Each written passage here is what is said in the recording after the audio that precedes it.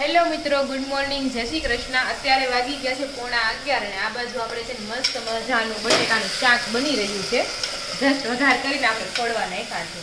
હવે રોનક કહે કે મને રસાવાળું શાક ભાવે છે, તો રસાવાળું શાક બનાવવાનું છે। તો કોમેન્ટ કરીને તમે કહેજો કે કોને રસાવાળું શાક ભાવે છે, કોને એકદમ કોરું શાક ભાવે છે એમ। અને આ બધું જો અમે છે ફરવા જઈ રહ્યા છીએ વલસાડ બાજુ, તો તમે એ પણ કોમેન્ટ કરી દેજો કે વલસાડમાં કઈ કઈ જગ્યા એવી છે કે જ્યાં કે ફરવા જવાય એમ, અને એ જગ્યા આપણે વિઝિટ કરવી જ જોઈએ। અને વલસાડમાં રહેતા હોય ને તો ખાસ કરીને કોમેન્ટ કરજો, કેમ કે એને તો ખબર જ હોય ક્યાં ક્યાં।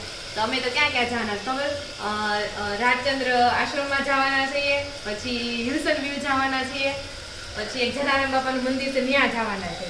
તો એટલા 3-4 પ્લેસ અમે લેવાના છે, તો તમે કોમેન્ટ કરજો।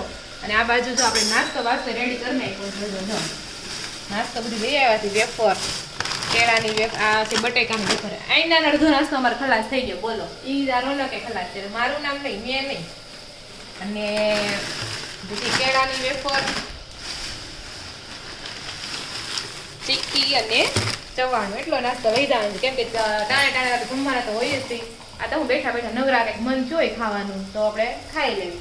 તો કાંઈ તમે છે ને કોમેન્ટ કરવાનું ભૂલતા નહીં કે વલસાડમાં કઈ કઈ જગ્યા, એની આજુબાજુ કઈ કઈ જગ્યા છે જે આપણે ફરવા જવું જોઈએ, તો જરૂરથી કોમેન્ટ કરી દેજો। ચાલો।